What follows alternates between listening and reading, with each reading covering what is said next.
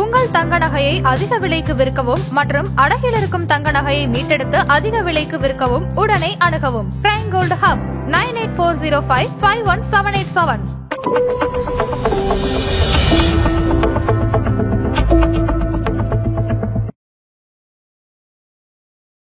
மார்க்கெட்டை வந்து இன்வெஸ்ட்மெண்ட் ஓரியன்டாக நம்ம பார்க்குறோம் அப்படின்னா அந்த பர்ஃபெக்ட் மொமெண்ட்டை உங்களுக்கு ப்ராப்பராக சொல்கிறதுக்கு கண்டிப்பாக யாராலையும் ப்ரெடிக்ட் பண்ண முடியாது.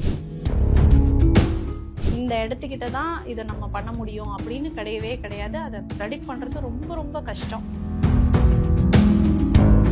இப்போ வெல்த் பில்டிங் அப்படின்னு எடுத்துக்கிட்டாலே டைம், கன்சிஸ்டன்சி, காம்பவுண்டிங் இதுதான் ஒர்க் அவுட் ஆகுமே தவிர அந்த டைமுக்காக நான் வெயிட் பண்ணி அதை ப்ராப்பராக அந்த டைமில் தான் இன்வெஸ்ட் பண்ணுவேன் அப்படின்னு பார்க்குறது மேக்ஸிமம் அது ஒர்க் அவுட் ஆகல.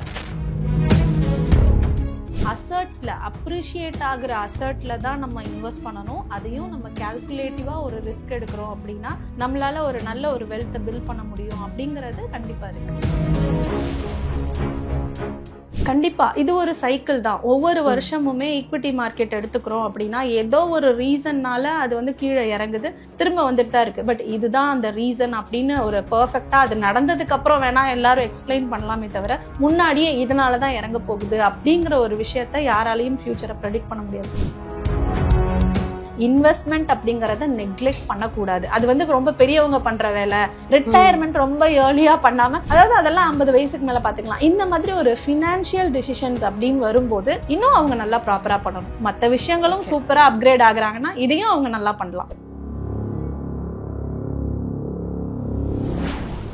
ஆதன் பிசினஸ் நேயர்களுக்கு வணக்கம். இன்னைக்கு நம்ம கூட ஃபினான்ஷியல் எக்ஸ்பர்ட் ஆர்த்தி ஸ்ரீனிவாசன் அவர்கள் தான் ஜாயின் பண்ணிருக்காங்க. வாங்க பேசலாம்.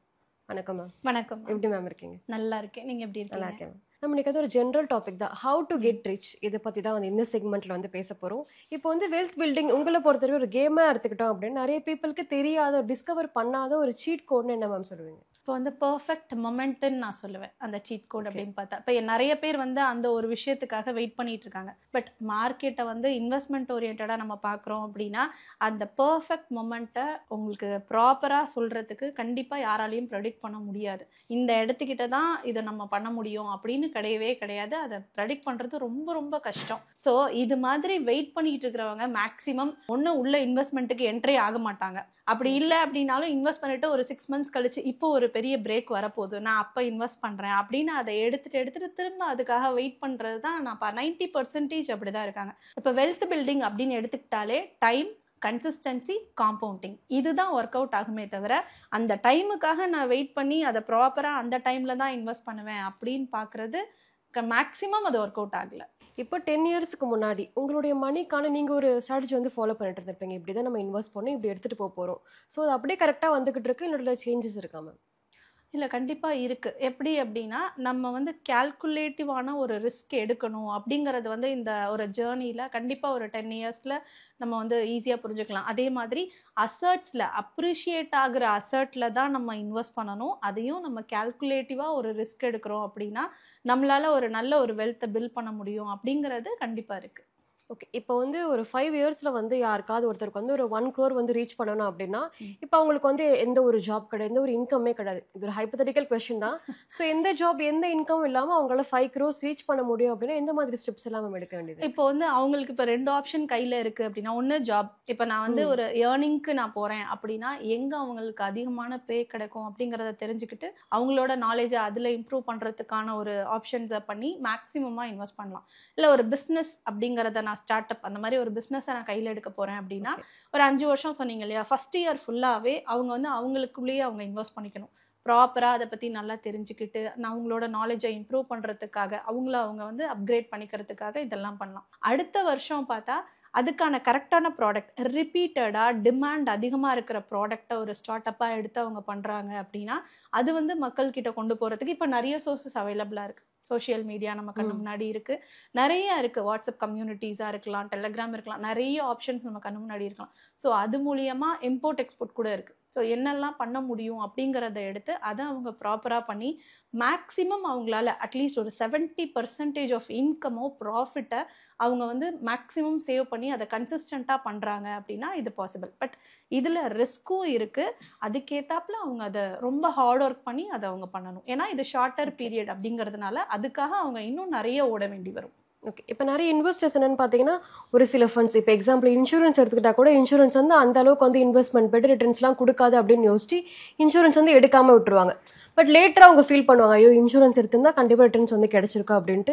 ஸோ இது மாதிரி வேறு இந்த விஷயங்கள்லாம் மேம் இருக்குது மேம். கண்டிப்பாக வந்து இன்வெஸ்ட் பண்ணும்போது அந்த டைமிங்கை ப்ரெடிக்ட் பண்ணுறதுங்கிறது ரொம்ப ஒரு டிஃபிகல்ட்டான ஒரு விஷயம் மாதிரி மார்க்கெட்டோட பிஹேவியருமே இப்போ நம்ம என்ன பண்ணுறோம் அப்படிங்கிறதுமே அதை பொறுத்து இருக்குது. எந்த ஒரு விஷயத்தில் அதிகமான ஒரு இப்போ லாஸ்ட் 1 இயராக கோல்டு ஏறிட்டே இருக்குது அப்படின்னா கோல்டில் இன்வெஸ்ட்மெண்ட்ஸ் அதிகமாக வந்துக்கிட்டே இருக்குது. பட் இது வந்து ஈக்விட்டியில் குறைஞ்சிட்டே இருக்குது. ஸோ ஈக்விட்டி நமக்கு இப்போ டிஸ்கவுண்ட் ப்ரைஸில் இருக்குது. ஸோ நம்ம என்ன பண்ணுவோம், ஈக்விட்டிலையும் இன்வெஸ்ட் பண்ணணும். பட் அதில் பண்ணக்கூடாதுன்னு சொல்லலை, பட் நம்ம போர்ட்ஃபோலியோ வந்து டைவர்சிஃபை ஆகிருக்கிறது ரொம்ப முக்கியமான ஒரு விஷயம். ஸோ இதில் வந்து முன்னாடி நம்ம எதில் ஓடுறோமோ, யார் எல்லாரும் என்ன சொல்கிறாங்களோ அதுக்கு ஆப்போசிட்டாக எது இறங்கிட்டு இருக்கு அப்படிங்கிறதையும் நம்ம கொஞ்சம் பார்த்து அதுக்கேற்றாப்புல நம்ம போர்ட்ஃபோலியோவை சேஞ்ச் பண்ணணும். ஓகே, இப்போ நீங்கள் சொன்ன மாதிரி பார்த்தீங்கன்னா கோல்டுமே வந்து ஏறிக்கிட்டு இருக்கு, இந்த சமயம் ஈக்விட்டி மார்க்கெட் வந்து கொஞ்சம் ஸ்டேபிளாக வந்து போயிட்டு இருக்கு. ஸோ இதுக்கப்புறம் ஈக்விட்டி மார்க்கெட் பூம் ஆக சான்ஸ் இருக்கா மேம்? கண்டிப்பாக இது ஒரு சைக்கிள் தான். ஒவ்வொரு வருஷமுமே ஈக்விட்டி மார்க்கெட் எடுத்துக்கிறோம் அப்படின்னா ஏதோ ஒரு ரீசன்னால அது வந்து கீழே இறங்குது, திரும்ப வந்துட்டு தான் இருக்கு. பட் இதுதான் அந்த ரீசன் அப்படின்னு ஒரு பர்ஃபெக்டாக அது நடந்ததுக்கு அப்புறம் வேணா எல்லாரும் எக்ஸ்பிளைன் பண்ணலாமே தவிர முன்னாடியே இதனால தான் இறங்க போகுது அப்படிங்கிற ஒரு விஷயத்த யாராலையும் ஃபியூச்சரை ப்ரெடிக்ட் பண்ண முடியாது. ஸோ நம்ம என்ன பண்ணணும் அப்படின்னா ஒரு கன்சிஸ்டண்டா நம்ம இன்வெஸ்ட் பண்ணிக்கிட்டு இருக்கோம் அப்படின்னா கண்டிப்பா அதுக்கான ரிட்டர்ன்ஸ் நமக்கு இருக்கும். எல்லா அசெட் கிளாஸும் இப்படிதான். இப்போ கோல்டு பிரைஸ் எடுத்துட்டு பார்த்தீங்கன்னா ஸ்டார்டிங்ல வந்து 97 வரைக்கும் ரீச் ஆச்சு. இப்போ பார்த்தீங்கன்னா கொஞ்சம் கொஞ்சமா வந்து குறைஞ்சிக்கிட்டு வருது. ஸோ கோல்டு விலை இன்னுமே குறையுமா இல்லை அதிகமாகிறதுக்கு வாய்ப்பு இருக்கா மேம்? இப்போ இருக்கிற குளோபல் அன்சர்டனிட்டிலாம் ஒரு முடிவுக்கு வருது அப்படின்னா இப்போ இன்னும் ஒரு 6 மாதம் 7 மாதம் வரைக்கும் இந்த கோல்டு ப்ரைஸ் இந்த விஷயங்கள் நம்மளை சுற்றிட்டு இருக்கோம். பட் இதே ஃபியூச்சரில் நம்ம எடுத்து பார்க்குறோம் அப்படின்னா ஹிஸ்ட்ரியில் பின்னாடி போனாலும் உங்களுக்கு எது ஹையில் இருக்கோ அது ஒரு கன்சிஸ்டண்ட்டாக அடுத்த ஒரு ட்ராப் அவுட் நடந்திருக்கு, ரெசிஸ்டன்ஸ் லெவல் இருக்கு. ஸோ அதே மாதிரி தான். பட் அது என்ன அப்படிங்கிறது யாருக்குமே தெரியாது. பட் கோல்டோட ப்ரைஸும் இந்த மாதிரி, ஏன்னா டாலரும் கொஞ்சம் ஸ்ட்ராங் ஆகிட்டு இருக்கு, அதே மாதிரி இந்த டாரிஃப் வார் அப்படிங்கிறதும் ஒரு ரிசால்வ் நோக்கி போயிட்டு இருக்காப்புல இருக்கு. அதே மாதிரி ஒரு குளோபல் அன்சர்டனிட்டியும் இல்லாம இருந்தது அப்படின்னா கண்டிப்பா அதுவும் இறங்குறதுக்கான வாய்ப்புகள் இருக்கு. ஓகே, இப்போ இந்த கோல்டு ரிட்டர்ன்ஸ் எல்லாம் பார்த்து நிறைய பேர் என்ன பண்றாங்க அப்படின்னா நம்ம கோல்டோட சில்வர்லயும் அதிகமான அலோகேஷன் வந்து வச்சுக்கலாம் அப்படின்ற மாதிரி யோசிக்கிறாங்க. இது எப்படி பாக்குறீங்க? கண்டிப்பா அதிகமான அலோகேஷன் அப்படிங்கிறது அதுக்கு ஒரு கன்ஸ்ட்ரக்ட் இருக்குன்னு நான் சொல்லுவேன், அதுக்கு ஒரு கன்ஸ்ட்ரைன்ட் இருக்கு. இப்போ என்கிட்ட இருக்கிற எல்லா அசட்டையும் நான் கொண்டு போய் அதுல நான் போடுறேன் அப்படின்னா அது வந்து ஒரு வயசான ஒரு டிசிஷனா இருக்காது. மேபி அவங்க அதுல ஒரு போர்ஷனோ இல்ல கொஞ்சம் எக்ஸ்ட்ராவா வேணா ஒரு எஸ்ஐபி எக்ஸ்ட்ராவா ஆட் பண்ணலாம், அது மாதிரி பண்ணலாமே தவிர இப்போ நெருக்கடியில இருக்கிறவங்க, இப்போ ஒரு கல்யாணம் இருக்கு இல்ல ஏதோ ஒரு ஃபங்க்ஷன்ல இருக்கு, அவங்க ஃபேமிலிக்கு கண்டிப்பா இப்ப அந்த கோல்டு வாங்கியே ஆகணும், வேற ஆப்ஷன் இல்ல அப்படிங்கிறவங்க ஓகே.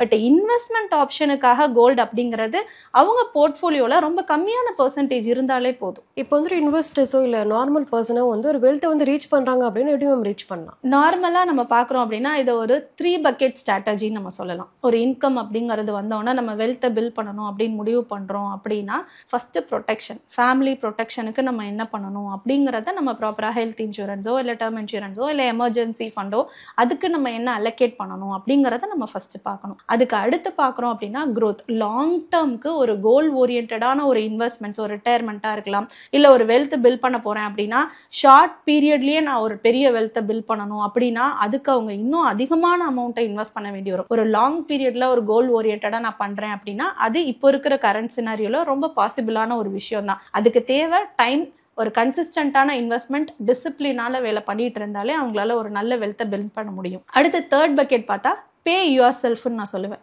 நம்மளோட நாலேஜை இம்ப்ரூவ் பண்ணிக்கிறதுக்காகவும் அடுத்து நம்மளோட ஒரு ஃபினான்ஷியல் லெவல்லேருந்து அடுத்த லெவல் நம்ம ரீச் பண்ணுறதுக்கு நம்ம என்ன ஸ்டெப்ஸ் எடுக்கணும் அப்படிங்கிறதையும் பார்த்து நம்ம இன்வெஸ்ட் பண்ணணும். ஓகே, இப்போ நீங்கள் வந்து ஒரு யங்ஸ்டர்ஸ்க்கு அட்வைஸ் கொடுக்குறீங்க, ஏதாவது லாங் டேர்ம் வெல்த்துக்கு வந்து இதை வந்து சூஸ் பண்ணால் வந்து நிறைய ரிட்டர்ன்ஸ் வந்து கிடைக்கும் அப்படின்னு இதை மேம் ரெக்கமெண்ட் பண்ணுவீங்க? நார்மல் ஒரு வெல்த் பில்ட் பண்ணணும் அப்படின்னா ஃபர்ஸ்ட் சொன்னாப்ல பே யுவர் செல்ஃப் தான். First pay your self. அதுக்கு அடுத்து அவங்களுக்கு ஒரு இன்கம் அப்படின்னு வந்த உடனே ரெண்ட்டுக்கு முன்னாடி, ஜொமேட்டோக்கு முன்னாடி, நெட்ஃப்ளிக்ஸுக்கு முன்னாடி, கண்டிப்பா இன்வெஸ்ட்மெண்ட் அட்லீஸ்ட் 10லேருந்து ஒரு 20% அந்த இன்கம்லேருந்து ஒரு இன்வெஸ்ட்மெண்ட்டா பண்றாங்க அப்படின்னா அது ஒரு ப்ராப்பரான ரொம்ப ஒரு ஃபினான்ஷியலான ஒரு வெல்த்தை பில்ட் பண்றதுக்கு ஈஸியா இருக்கும். ஓகே, இப்போ வந்து ஜென்சி கிட்ஸுமே வந்து இன்வெஸ்ட் பண்ண வந்து ஸ்டார்ட் பண்ணிட்டாங்க. ஸோ அவங்க இன்வெஸ்ட்மெண்ட் ஸ்டார்ட் பண்ணும்போது ஸ்டார்டிங்ல பண்ற மேஜர் மிஸ்டேக் என்ன மேம்? இன்வெஸ்ட்மெண்ட்டையே நெக்லெக்ட் பண்றது தான் அவங்க பண்ற ஒரு பெரிய மிஸ்டேக்னு நான் சொல்வேன். ஏன்னா நான் இப்பதான் வாங்க முடியும். இப்ப மேக்சிமம் பார்த்தா இப்ப நம்மளை சுத்தி இருக்கிறவங்களே பார்த்தா என்கிட்ட பைசா இருக்கும்போது நான் போய் வாங்குறேன். இந்த இம்பல்ஸ் பையிங் அப்படிங்கிறது ரொம்ப அதிகமாயிட்டே இருக்கு. எதா இருந்தாலும் நான் கார்ட்ல ஆட் பண்ணிக்கிறேன்,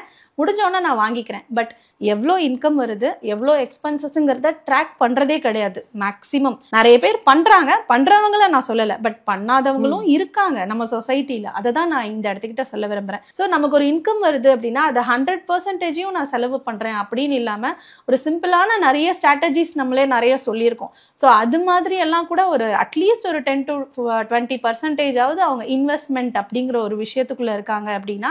ஏன்னா இது வந்து பார்த்தோம் அப்படின்னா அப்பா அம்மா பார்க்கும்போது அவங்களால முடிஞ்ச அளவு சேவ் பண்ணாங்க. இப்போ பாத்தீங்கன்னா நமக்கு நிறைய ஆப்ஷன்ஸ் கண்ணு முன்னாடி இருக்கு. முன்னாடி ஏதாவது வேணும்னா நம்ம போய் தான் வாங்கணும். இப்போ எல்லாமே மொபைல்ல இருக்கு. வேணும்னா ஆர்டர் போட்டா உடனே வந்துடும். நம்ம வேலை செய்யவே வேணாம். நிறைய விஷயம் இப்போ லஞ்சாவே இருக்கட்டுமே, ஏதோ ரொம்ப தேவையா ஆர்டர் போட்டோமா, வருதா, சாப்பிட்றோமா அப்படிங்கிறப்பல தான் நம்ம அடுத்தடுத்த ஒரு சூழ்நிலைக்கு தள்ளப்படுறோம். ஸோ ஜென்சி அப்படின்னு எடுத்துக்கிறாங்க அப்படின்னா இன்வெஸ்ட்மெண்ட் அப்படிங்கிறத நெக்லெக்ட் பண்ணக்கூடாது. அது வந்து ரொம்ப பெரியவங்க பண்ற வேலை.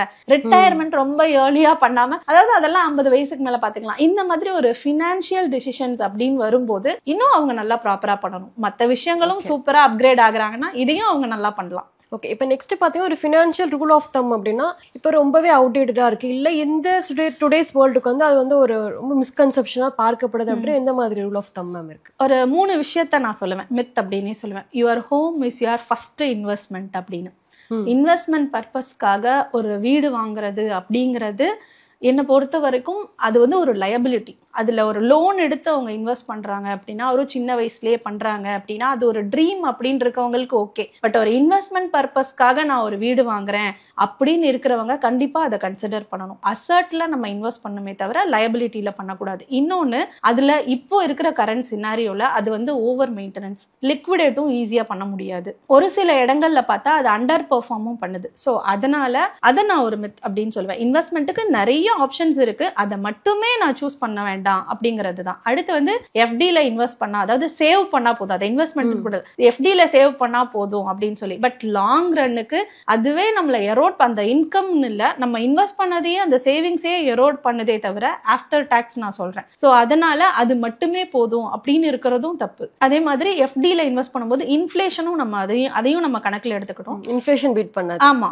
அதே மாதிரி 3வது விஷயம் என்ன அப்படின்னா, மணியை பத்தி பேசவே வேண்டாம் அப்படின்னு சொல்றது. பட் ஃபினான்ஷியல் லிட்ரஸி அப்படிங்கிறது ஓப்பன் கான்வர்சேஷன் எப்போ வருதோ அப்பதான் அதை பத்தி நம்ம இன்னும் நல்லா தெரிஞ்சுக்க முடியும். ஸோ மணியை பத்தி கண்டிப்பா பேசணும். அது மணி மேனேஜ்மெண்ட் அப்படிங்கிறது ரொம்ப முக்கியம், வெல்த் பில்டிங் அப்படிங்கிறதும் ரொம்ப முக்கியம். ஸோ இந்த மாதிரி நிறைய விஷயங்கள் இருக்கு. அதுல இந்த ஒரு 3 விஷயங்கள் நான் சொல்லியிருக்கேன். இப்போ வந்து நெக்ஸ்ட் 10 இயர்ஸ்ல வந்து எந்த இண்டஸ்ட்ரி வந்து அதிகமான ஒரு புது மில்லியனரோ இல்ல பில்லியனரோ வந்து கிரியேட் பண்ண போகுது நீங்க நினைக்கிறீங்க மேம்? கண்டிப்பா இதுக்கு ஒரு பாஸ்ட் எக்ஸாம்பிள் நம்ம சொல்லணும் அப்படின்னா, கோவிட் டைம்ல ஒரு ஷேர் பிரைஸ் எல்லாம் பார்த்தோம் அப்படின்னா, இப்ப ஹாஸ்பிட்டல் சைடு, ஃபார்மா சைடு, அப்புறம் கன்சியூமபிள் யாரெல்லாம் தயாரிக்கிறாங்களோ அந்த சைடு எல்லாம் அதுதான் வந்து ஒரு நல்ல ஒரு பூமா அடுத்து வரும், நல்ல ஏறி இருக்கும், குரோத்தை பார்க்கும் அப்படின்னு யோசிச்சுட்டு இருந்த டைம்ல அது கூடவே டிஃப்ரெண்டா இன்னொரு செக்டர் ஐடி டக்குன்னு பூம் ஆகி வந்தது. ரீசன் அந்த ஒர்க் ஃப்ரம், யாராலையும் வெளியே வர முடியல, பட் அவங்க வந்து ஒர்க் ஃப்ரம் ஹோம் அந்த மாதிரி. ஸோ இப்ப பார்த்தோம் அப்படின்னா ஏஐ நல்லா இருக்கு. ஏஐ வந்து அடுத்த லெவல் ஆஃப் இதுக்கு போயிட்டு இருக்கு. அதே மாதிரி வேற செக்டரும் பூம் பண்ணி வரதுக்கு அதிகமான ஒரு வாய்ப்புகள் இருக்கு. இதுல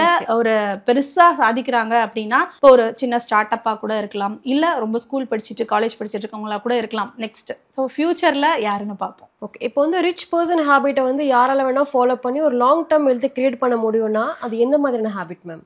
இப்போ அது மாதிரி நம்ம பார்க்கணும் அப்படின்னா கண்டிப்பா நம்ம இன்கம்ல நம்ம ஃபோக்கஸ் இல்லாம நம்ம நெட்வொர்த்ல ஃபோக்கஸ் இருக்கணும். நம்மளோட நெட்வொர்த் என்ன, நம்ம எல்லா எக்ஸ்பென்சஸும் போக நம்மளோட நெட்வொர்த் என்ன, அது எவ்வளோ க்ரோ ஆயிட்டு இருக்கு அப்படிங்கறத நம்ம கண்டிப்பா பார்க்கணும். அதை நம்ம பார்த்தாலே நம்ம ஸ்பெண்ட் பண்றது கம்மியாகும், இன்வெஸ்ட் பண்றது அதிகமாகும், நம்மளோட வெல்த் நல்லா கிரியேட் ஆகும். இப்போ வந்து ஒரு 5 lakh வந்து ஒரு இன்கம் ஏர்ன் பண்ணிட்டு இருக்காங்க அப்படின்னா அவங்க ஒரு 10,000 தான் இன்வெஸ்ட் பண்ணிட்டு இருக்காங்க மாசம் மாசம் அப்படின்னா அதுவும் வந்து கரெக்டா இருக்காது. அதே மாதிரி ஒரு 1 lakh இன்கம் ஏர்ன் பண்றவர் ஒரு 40,000 ரூபாய் அவரால் மாசம் மாசம் அவரால் இன்வெஸ்ட் பண்ண முடியுது அப்படின்னா இது ரெண்டுத்துக்குமான டிஃபரன்ஸ் இருக்கு. ஸோ இன்கம் பேஸ் பண்ணி நம்ம வந்து சொல்ல முடியாது. ஸோ அவங்களோட நெட்வொர்த் என்ன அப்படிங்கறத வச்சுதான் நம்மளோட பார்வை நெட்வொர்த் பக்கம் மாறணும். இப்போ இன்வெஸ்டர்ஸ் எடுத்துக்கிட்டோம் அப்படின்னா அவங்களே வந்து நிறைய ரூல் வந்து ஃபாலோ பண்ணுவாங்க. ஸோ இப்போ அவங்களோட ஒரு மித் என்னன்னா வந்து மியூச்சுவல் ஃபண்ட் வந்து சரியானதா இருக்காது, கேரண்டிடா இல்லை, இப்படி நிறைய விஷயங்கள் வந்து சொல்றாங்க. ஸோ அவங்க வந்து ரொம்ப நாளா ஒரு விஷயத்தை வந்து ஃபாலோ பண்ணிக்கிட்டு இருப்பாங்க. அது வந்து அவங்களுக்கே தெரியாது ஒரு தப்பான விஷயமா பண்ணிக்கிட்டு இருக்கோம் அப்படின்னு சொல்லிட்டு இந்த மாதிரி விஷயங்கள்லாம் என்ன விஷயங்கள் நீங்க சொல்லுவீங்க? இதை பொறுத்த வரைக்கும் நான் வந்து லேட்டா நிறைய ஏர்ன் பண்ணிட்டு அதுக்கப்புறமா இன்வெஸ்ட்மெண்ட்டை ஸ்டார்ட் பண்றேன் அப்படிங்கிற ஒரு விஷயம் வந்து எப்பவுமே பாத்தீங்க அப்படின்னா ஒரு பர்ஃபெக்டான டைம்ங்கிறது போன வருஷம், செகண்ட் பெஸ்ட் டைம்ங்கிறது இன்னைக்கு. ஸோ இன்வெஸ்ட்மெண்ட் அப்படிங்கிறத நம்ம கொஞ்சமா ஸ்டார்ட் பண்ணா கூட பரவாயில்ல, but start early, but stay consistent நான் சொல்லுவேன். கன்சிஸ்டன்டா அதை நம்ம பண்ணிக்கிட்டே இருக்கணும். இன்னொரு விஷயம் என்ன அப்படின்னா சில பேர் என்ன பண்றாங்க, அவங்களுக்கு முன்னாடியே அவங்க ஒரு ஸ்கிரீன் போட்டிருக்காங்க, என்னால இவ்வளவுதான் ஏர்ன் பண்ண முடியும், என்னோட கெப்பாசிட்டி இவ்வளவுதான் அப்படிங்கறத வந்து அவங்களே அவங்கள வந்து ஒரு அண்டர் ரேட் பண்ணிட்டு நிறைய பேர் இருக்காங்க. ஸோ ஒண்ணுமே இல்லை, அது வந்து ஒரு வால்னு கூட சொல்ல மாட்டேன், ஒரு சின்ன ஸ்கிரீன் தான். அதை தள்ளி விட்டுட்டு அவங்க வேர்ல்டுக்குள்ள அப்படி கால் எடுத்து வச்சாங்கன்னா நிறைய ஆப்பர்ச்சுனிட்டிஸ் அவங்களுக்கு முன்னாடி நிறைய இருக்கு. ஸோ இதுலேருந்து அவங்க வெளியே வராங்க அப்படின்னா அவங்களோட வெல்த்தை பில்ட் பண்றது ரொம்ப ஈஸி, ரொம்ப சிம்பிள்னே நான் சொல்லுவேன். இதுக்கு ஒரு ப்ராப்பரான ஒரு டைம், கன்சிஸ்டன்சி, காம்பவுண்டிங் இதுதான் தேவை. நிச்சயமா நீங்க சொல்ற ரூல்ஸ் எல்லாம் ஃபாலோ பண்ணா நிச்சயமா வந்து சீக்கிரமா ரீச் ஆகிறதுக்கு நிறைய சான்ஸ் வந்து இருக்கு. ரொம்பவே நன்றி. நன்றி.